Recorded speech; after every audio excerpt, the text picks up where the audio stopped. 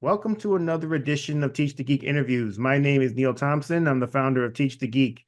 I work with technical professionals so they can present more effectively, especially in front of non-technical audiences. And you can learn more about that at teachthegeek.com. Again, that's teachthegeek.com. Today, my guest is Jamie Champagne. She is a business analyst, speaker, and trainer. For those of you who are considering becoming speakers, you probably have a lot of questions. How do you get speaking engagements? What do you charge? What do you need to have in place to be a speaker? So many questions. So let's get some answers from Jamie. Welcome to Teach the Geek interviews, Jamie. Thank you, Neil. So excited to be here. Wonderful. So when it comes to the speaking that you do, I did mention that you speak on business analysis, but how did you come to that topic? Well, that came from a passion from working. So think about like what you do and which parts of like your day job, your work that you like talking to other people. What would you have a conversation about at a cocktail mixer? And it became, super easy because that's what I did in my profession. I've been a business analyst for many years, whether or not I was called that. I did that kind of work. And so like it was simply about talking about like I got excited about it. I think it's really cool and fun. And like just to talk about someone else, then it's like, hey, you should share that topic, at this event. It's like, oh, okay. And so it really just it came from one event, a professional event where someone says, hey, you should share what you're doing. And I said, okay. And I was like, wow, this is kind of fun.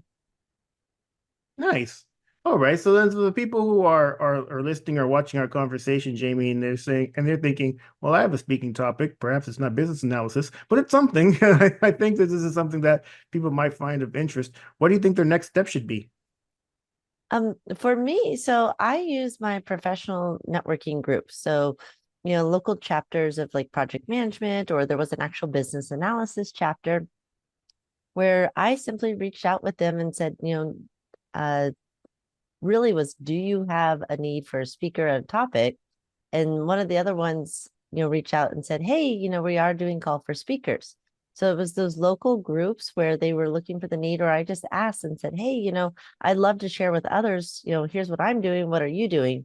So it could be an IT, like I spoke at a SharePoint user group because I did SharePoint. And so it was like, hey, there's other people who talk about SharePoint. Okay, I'll share what I'm doing. And you can start small. It doesn't have to be like a big stage. It can be a simple, small user group where you're simply sharing. And it was really neat to get like outside my organization to hear others are doing this and they were willing to talk about it outside of work. So to me, that first part was your local professional groups that are networking, your cybersecurity groups that I've gone to here locally, women in IT, those groups that we naturally connect with. They love to hear topics and have people share what they're doing, and it really chimes in. It doesn't have to be like a huge stage and keynotes and opening huge, thousand people conferences. It just really start small. I think it's like, where do you naturally gravitate to? Yeah. When it comes also to to becoming a speaker, what do you think you should have in place before you even put yourself out there as a speaker? Well, definitely when you go to become a speaker, what is it that you like talking about? Where is that you get excited and you can just roll into it? So, think of those topics. And then I think like the challenge now is when you want to become paid speaker, there's the part where I do a lot of calls for RFPs or calls for speakers, to where they will pay you, but you have to put out your topics.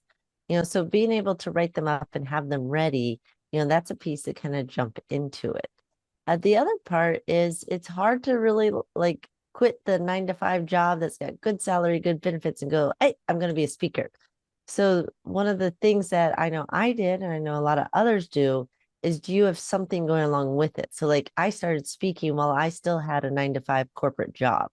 I started getting some of the gigs while I had that employment piece taken care of and slowly transition. So, thinking about that, you may not get enough to replace your 6 figure salary right from the get go. So, having a realistic plan that, what needs do you still have to have met? Medical, how much salary do you need to pay rent or mortgage? Have that covered and start including speaking into that. And then as it grows, you can shift your model. Back when you were still working in corporate, you did mention that you were speaking. How did you balance having a corporate job and speaking at the same time? Well, one of the easiest things, Neil, is when you're a speaker, especially at like conferences, they'll cover the conference costs for you.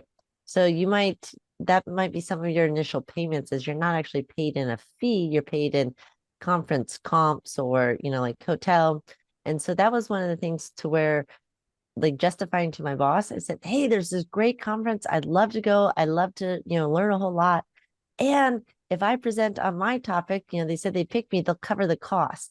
Could I go do that? So like that was an easy ask because now the company doesn't have to pay anything. I get to go learn from all the other sessions. So those professional conferences were a great venue to start because now I've got like the justification. And even putting in just to submit for some of those events where like you put in for speaking, if they didn't pick you, they still gave you a coupon, like half off the conference price. So again, I would use that for my boss to say, could I go to it and I go meet the other speakers? How'd you get in? What are the popular topics? And get to network with them. And so I would use that a lot to justify with my, corporate employer that could I do this? And other ones, a lot of times were evening professional events. I work daytime, and so I'd go in the evening time. Wow, that's brilliant. I'd never even thought of that. But the idea of being able to you speak at these conferences, you get to go for free, and your boss lets you go, and you're building up your eventual goal, which is to be a full-time speaker because you're getting the reps by doing this by giving the speeches. That's wow. That's I don't know why I never thought of that. That's absolutely amazing. That's excellent that you did that, and that's great advice too.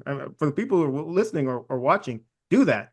That's really smart. And I guess it also made sense because what you were speaking on was part of your job anyway. So I suspect it wasn't going to be as big of a hard sell as if you wanted to speak on something that was completely outside of what your job was. You wanted to go to a conference that was completely outside of the scope of what your job was, and going to your boss and saying, "Can I go?" Well, no.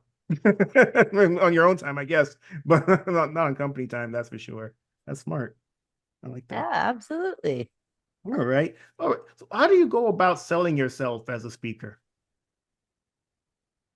Well, I think that's the part where, again, selling yourself, you turn it around and you sell what benefits do you bring? What can you help others do? And so, if we sit down and we have a conversation, what are you going to be able to do that you weren't able to do before? Or what are you going to problems you're going to solve or pain you're going to avoid by us having that conversation? I think that's one of the biggest learning things I found is that first part is you're selling the benefits. What do people get, away? Because you're giving, you are giving your time and energy into something, you give. And then the other piece on it though was like it was one of those weird things until people told me this, like it's simple. Tell people that you speak. Tell people you love presenting and sharing. Like it's one of those things, unless I explicitly tell you, Neil, I love to speak at professional associations. I love to speak at these professional conferences. You're like, oh, Jamie speaks, but I'm not sure. And so when you tell people that I speak at events, I'm a professional speaker, I get paid to go share knowledge and help others do amazing things, that is the part where it comes in on like the selling of yourself, that you do tell people what you do, but then again, it's about, yeah, I go speak and help others, use IT, have fun with it, and get the most value out of their IT investment. See, that's the part where you're both saying what you do and now kind of how you do it, but it's mostly what do they get out of it? If you come around, what do they get? So that part, think about that. Like, so if you have a topic, say, you've got your topic, you're like, oh, okay, I'm a financial analyst, technical analyst over here, and I love talking about this. Okay, what could you help others do? What could you, if you shared, what would they get or learn so they don't have to go through the pain you went through? That's the piece you share out there. Even though we know you're going to talk about it, with your risk analysis or something, what are you helping others do? Or again, that pain they avoid by telling people, well, I speak at events. I share with other professionals. Excellent. You also mentioned that you apply for call for speakers or call for proposals and then you also let others that within your network know that you're a speaker. Are there other ways that you have used to get speaking engagements? And if so, what are they? Definitely, then one of the other ways to do it is referrals. So it's building that network. So like going to like those professional conferences is great for me because who else is speaking there and connecting with them? And when you make those connections that, just simply saying, hey, if you know of another event where, along the same lines, or you think like it's something that applies, would you let me know? And that referral part is really great, especially as you get up there, like with keynotes. A common thing with keynotes is once you get a keynote where you're like the opening or the closing keynote for an event, they have to pick someone different every year. So it's really helpful to have people in your network to say, well, okay, thank you for having me. Neil would be great next year, and so that's an easy referral part right there. So when you build that network, so not just like the telling other people who might hire you, you speak, do you tell your network that you speak? And like you say, that, and we start referring them, those that like speaking too, refer them to other events and groups. When you build that network, that's one of the most powerful thing I think speakers have is that they refer each other. So sitting in on other people's sessions or going to their events and seeing what they speak on, it makes you look really good. And most people actually want you back then. If they've had you and man, Neil was great. And then you referred Jamie and she did an awesome job. We love Neil for that. You've just made someone else's lives easier by giving them a speaker. They are going to call you again. So there's that piece there, I think is often what we see with the speakers is build that network. So not just network with other professionals in your industry, network with other speakers in your same space, what they're talking about. That really, really can be powerful. Regarding calls for proposals, I found that in many instances, once you find out that you've been picked, you then find out that perhaps it's not a paid engagement. They will pay for your conference fee. Maybe they'll pay for your room and board and your travel, perhaps. But they're not offering a fee per se, unless perhaps you're the keynote. How do you go about making sure that even if you're going through the call for proposal stage, that it is an actual paid engagement? Oh, good one is right on the RFP pages. If you're looking for the request for proposals, there's normally contact information and reach out to them and ask, are there paid opportunities you'd love to share? And are there any paid opportunities? Now, same thing like how we want to be referred as a keynote. I always know of friends that, if they come back and they say, no, it's not a paid, engagement, I'll say, thank you. I'm going to still refer your event to some of my other colleagues who might be interested or might be in the local area. So again, making yourself look good. But then the other piece is asking, are there opportunities for workshops? A lot of these professional events, do they have an opportunity for a workshop? Because those are often paid, when like the general sessions are unpaid. Asking, are there workshop? Are there paid opportunities? Just simply asking, because sometimes it's not very clear, on there. What is covered, on there is another piece. So if they cover your airfare and your hotel, the other little flip on this is if you go speak, you didn't have to pay for marketing. Can you market? Can you come and share with others that, hey, here's who I am and what I do? That if you're building up like your business, like you also consult or you coach or you do training, going speaking at an event, if they'll cover your costs for you, now you've just got covered free marketing basically. You go, you take your time, and it's only that investment of time to market yourself and your business and your brand. And sometimes that is what you need to, get more speaking engagement. So like think about, how about this? Do you have a professional speaker video?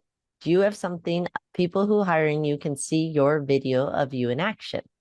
If you're like, well, I have all these other videos of me on Zoom, but I don't have me on a stage. Well, take that unpaid speaking gig if they'll cover your like hotel and airfare to get there. Hire a photographer to come videotape you at that event and get your speaker video. That now you've gone and, maybe you can even work out a deal with the videographer, who's someone who needs more, videos, examples, some work. Now you've leveraged the opportunity, is what you can say. So it's, again, don't just look if you got paid or not. And here's one more thing, Neil, to make it more, valuable. Say it's like, I do have to travel to go to this event. Okay, they cover room and board. Well, that evening, is there a professional association that would pay for a speaker to come in for an hour? Well, sure, it's not maybe, a huge fee, but because I'm there, they're like, oh, you're in town. We'd love to have you, Jamie. So I'll reach out to those events. So whenever I do travel, are there other groups that I can speak with and share with that, again, they might have a little fee, but it kind of starts adding up. I go, I get a couple speeches, I videotape a couple of them, I market myself, I get a few little pieces to cover incidentals. I've just gone on a trip for free, maybe didn't make too much, sold a few books, or whatnot.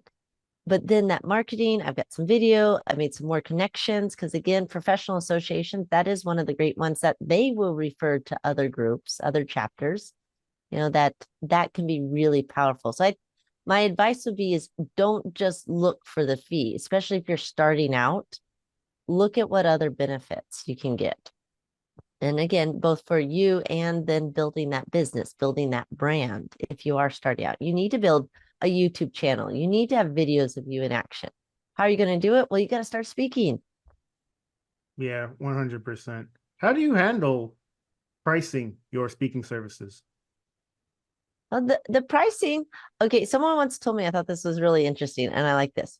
If you offer a price and 3 people say yes, it's too low. You need to get someone to say no. And so, like you say, try a price, try low, that we will start small. Like I said, professional associations, they'll pay a couple $100 for a 1 hour speech, just to give it. It's hard to come out the door and be the $10,000 keynote opening speaker if you weren't the first woman who climbed Everest, or, you can balance a million ping pong balls on your nose or something exciting, in a movie with Tom Cruise. If you don't have that celebrity status, you kind of work your way up to it and showcasing that celebrity power. And so that's when it comes to pricing, it's start setting that point. This is what I have for a keynote. This is what I have for a smaller session. Ask what's included. Some people, there's always the debate on if you have to travel, do a set fee. A lot of times people just say, here's my set fee for traveling. That way, I'll just do all the logistics on hotels and airfare, but sometimes it's easier to flip it the other way around. One of the best things to do, Neil, on a lot of these groups, ask them what their budget is. And, just say, what is your budget you're working with for a speaker? How much do you have for the speaker? Now, as you learn, one of the biggest things I've learned is their speaker budget is often can be different from their education budget, which is, again, well, pay me $2,000 to speak for your keynote, but then pay me the $1,000 to do a half-day workshop. So they can divide up the budget. So it's learning definitely about the associations and people you speak for, how their budget is structured. Because like hotel, the lodging, airfare, travel expenses might be different from what they're paying for speakers. The other advice I got from a good friend, Ed Rigsby, he always said, have a for-profit price and a nonprofit price. Because this way, when nonprofit groups are great groups to speak at, you tell them instantly, like, oh, my fee is $5,000 normally for speaking, and I only charge nonprofits $3,000. And you say that up front and see what they can work with. So there's the part of coming and asking what they have to work with. And then there's the part, and once you've done a couple and you kind of see people are willing to pay, for your time, then have those numbers ready to go. Well, here's my higher rate, here's my lower rate. How do you work in that? That if I have to do the lower rate, can I sell some books? Can I highlight my next training class? Can I do a little advertisement maybe? So again, that piece on the pricing is if you can't get your full fee, what you want for the fee, then ask what comes into it. All right. That again, like I said, is can I sell some books? I love training. I'm a trainer. I really love training. So I'll say, well, can I do an evening workshop, or a workshop the day before? Because then that one we could charge and we can, like you say, you start offsetting your fee. Yeah, that makes sense. I think that's great advice. When it comes to also let's just say you reached out to an event and you don't hear back. What do you do? What would you do next in terms of following up with them? Well, definitely reaching out. When you reach out, remember, give something. So, like, hey, Neil, wanted to follow up, just see if you had any interest. And then I'll include like my latest article. I just wrote an interesting article about productivity using some AI tools. And we were talking about me, speaking about productivity and AI tech. So I just wanted to share with you. I had this other article, might be of interest to you. Feel free to use it, but I was following up. If you had any questions, would love to share more with you in your group. So if I do a follow up, remember that what's it? They say know, like, and trust you. People need to know you, like you, and trust you. So how do they know you if they haven't seen anything? So with the like follow up those touch points, can you give them something? So come with like that giving spirit, not just, hey Neil, I haven't heard from you. I want to speak at your event. It's, hey Neil, following up, was there any questions you had? Here's my latest podcast episode where if you jump to like minute 5, we were talking about one of these core issues. And again, like kind of seeding the thought because now they have stuff and do a couple of emails. And if they don't want to, well, that's it. Maybe you do like 4 touch points. Don't do just one. Oh, they never called back. Send another to see, maybe wait a week or two, send one more, and just want to double check. And hey, just sharing out the newsletter had this great article. Want to make sure you have it. If you have anything in the future, don't hesitate to call. And, maybe that's it, for that piece. So I would say make sure you do a couple touch points follow up. People are busy. Look at your inbox. How many emails are in your inbox right now? Other people are busy too. So remember that the email piece might call, give them a call and just leave a voicemail. Hey, I'm doing this free event. If your members want to come join, love to have them at you. Again, still interested in speaking at your event, give me a call when you get a chance, please. I'm available on Friday afternoon. Would love to chat more.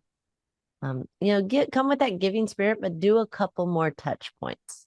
That don't let it just be into the black hole and never heard again.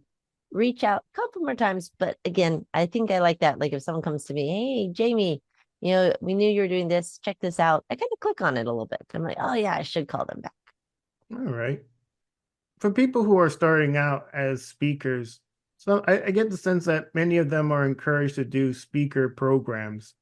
These type of programs that will help you in developing yourself as a speaker. Do you have any advice for people who would want to embark on such a program and what they should expect from them?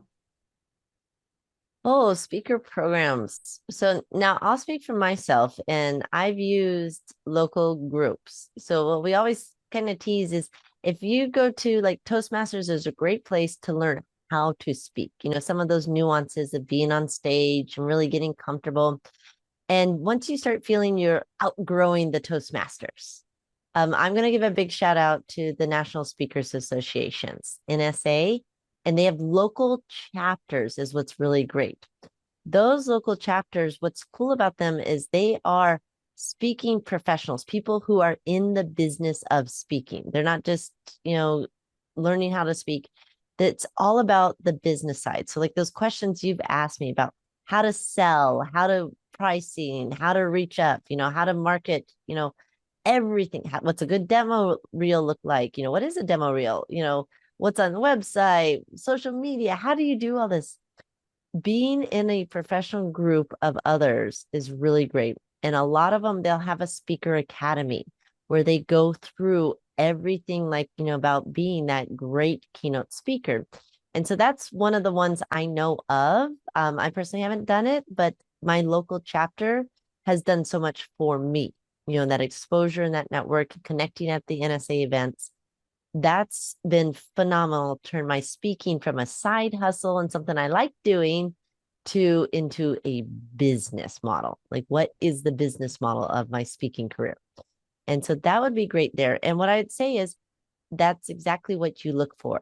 Turn me from being just a speaker, something I do. What's the business model around speaking? Be a professional speaker. So you have marketing, you have systems that manage and track. Because once you speak, How are you following up on those invoices? Are you getting paid? Did you follow up with that client 6 months later? Hey, I'm still available. Did you book more business out of it? Yeah, I spoke. Did you get any clients afterwards? Now you need like that whole systems in place that turn it from a hobby or a passion into a business. And so that those who want to get in and be professional speakers for now a living, that's what you want out of any kind of speaker program. I want the business of speaking. How do I make this something I do? Part of I love training. I have a lot of training programs though that they're passive income now. I set them up, I built them, they're out there. But am I marketing them? How am I leveraging them? Am I using them in my, reach out to clients? It's great passive income, which is the financial business model. Now I got to layer on the marketing piece. What am I doing with them? Those elements that's why I'd say comes out of a good speaker program. Toastmasters great to really hone your message, get your speaking skills craft, up there on stage or in virtual world. And then seek out the programs that start turning it into that business model. Okay, great. I am a speaker. I can speak. I speak well. I'm starting to get little paid gigs. How do I start building this out? Does that make sense? Oh yeah, certainly. And even if it didn't, I wouldn't say no. That'd be kind of awkward. One other question that I have, Jamie, is let's just say you are that speaker who still has the corporate job. Like yourself, they had went to conferences with the blessing of their bosses, getting those reps. Perhaps they're doing speaking in the evenings as well. What did they need to have in place to quit their corporate job and go full time as a speaker? Oh, okay. So one, you can line up gigs very far out. So, start working on how do you fill your pipeline? So right away, how are you filling your pipeline? If you're going to leave the corporate world, don't have no speaking gigs on the map. Have speaking gigs laid out. Have stuff for, the next 4 quarters. In fact, if you can fill out, like, do you have some things on there? If you can get that filled, then that starts getting comfortable to leave, on there. You can start leaving it. Now, the other piece is I might, again, that business model, is there something else you can do that fills the gaps between those speaking engagements? So consulting, training, coaching, that do you have some of those in place? Do you set up a coaching program while you're at work? Maybe internally, I'll just coach you, Neil, just part of as our job duties. I'll say, hey, Neil, I'll do some coaching, but it helps me build my structure, what works, and get that in place and get that out there and selling that you have maybe some coaching clients, that you can really leverage out as soon as you quit. So it's like, can you put some things on the roadmap so now you're at least comfortable for it and, kind of build that comfort level. The other piece I say, be honest, ask about medical, like, how are you going to get medical insurance? A lot of our corporate jobs, we have insurance benefits. But, be members. And again, I'll do a shout out to NSA. They have group healthcare coverage. Do you ask those questions before you leave so you don't feel like, oh my gosh, I just said no to all the good stuff and I'm out here scrounging for a couple peanuts, every time I speak. So that's where I say, like, can you have in place? For me, I took one consulting engagement. So I at least knew I had like 9 months of consulting work. That generally carried me, but then I could work on the speaking, building out more speaking, get more speaking engagements, put them on the roadmap. I had something though to carry me. So that would be something to where, again, my advice, it made it much more comfortable to walk out because I had that on there. And that again goes back to what's your speaking program, how you have that business model in mind. And so to me, get your speaking engagements laid out. And I would also definitely include something else in there that helps make up. Maybe it's even part-time work. You don't have to work full-time, but it's great if you can come back as a consultant, do the same work you were doing, but come back, part-time. So you do that work part-time because you know it, get some good, cash in the bank, and then you get to go do all your speaking. So, don't discount that. We always tease as consultants, it's great when they got to pay us 3 times what they were paying us before to come back and do the same job. That's like that's the bonus with there. If you can, but like I say, just I like to be part-time. That could be it too. So you keep, a little bit of stability in there. Because speaking can be very unstable. And so that'd be the part. Do you have a little stability you can build in there in your business model so you can jump to focusing on the speaking. Excellent. This has been a great conversation. Thank you so much for being a guest, Jamie. How can people get in touch with you? Easiest thing is connect with me on LinkedIn. You can find me in Jamie Champagne. My email address is jamie@champagnecollaborations.com. Email me direct. I love a good collaboration chat. And really anything I can do to help humans collaborate with technology, not against it or around it, that excites me. So I'm always happy to have a conversation. Wonderful. Well, everyone, that marks the end of another edition of Teach the Geek interviews. My name is Neil Thompson. I'm the founder of Teach the Geek. I work with technical professionals so they can present more effectively, especially in front of non-technical audiences. And you can learn more about that at teachthegeek.com. Again, that's teachthegeek.com. Until next time, take care and stay safe. Thanks, Jamie. Thank you.